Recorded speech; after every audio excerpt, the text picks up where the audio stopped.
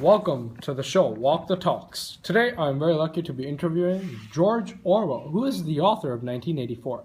Hello, Mr. George Orwell. Thank you for agreeing to do this interview. Now, let's get right to it.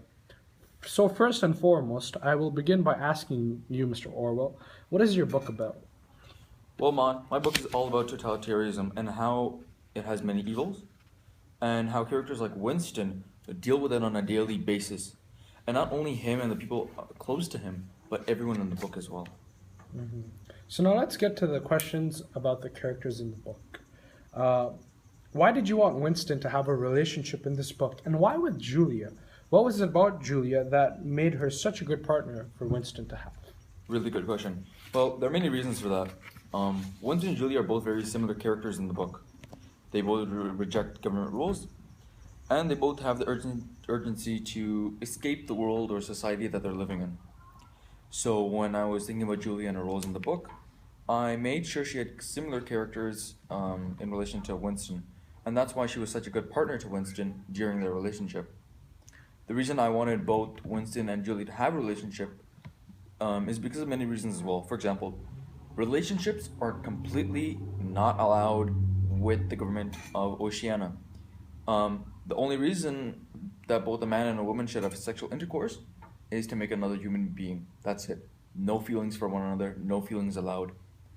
So the relationship, as it progresses, their feelings for one another do as well, which again goes against the government's rules and why I made a relationship in the book.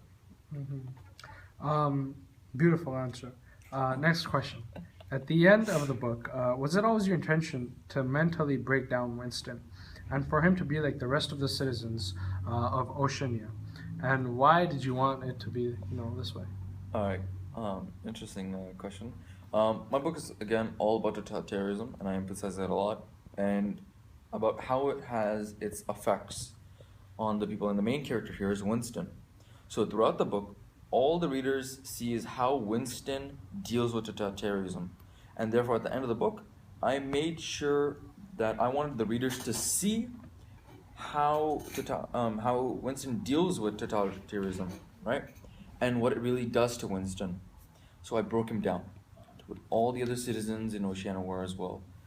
And with that, the readers could feel the effect of what totalitarianism really did to Winston. Mhm.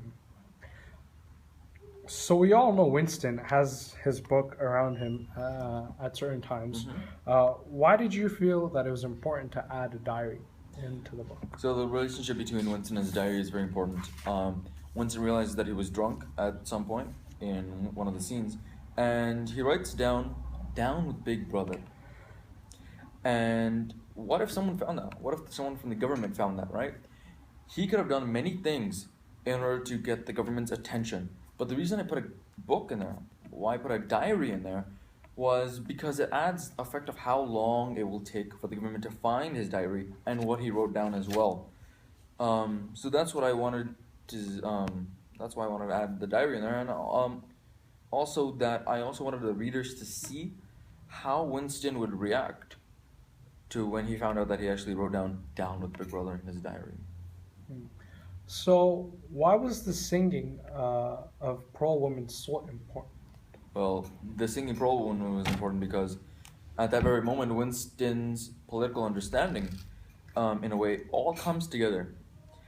And he knows that if all the Pearls come together, and for example, if they all wanted to take down Big Brother, which is what Winston wants, then the chances of them taking down Big Brother would be very high.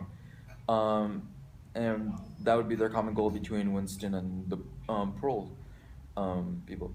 So this particular moment is very important since it marks in the book's timeline an instant before all this change is thrusted upon Winston and the society and the world he lives in.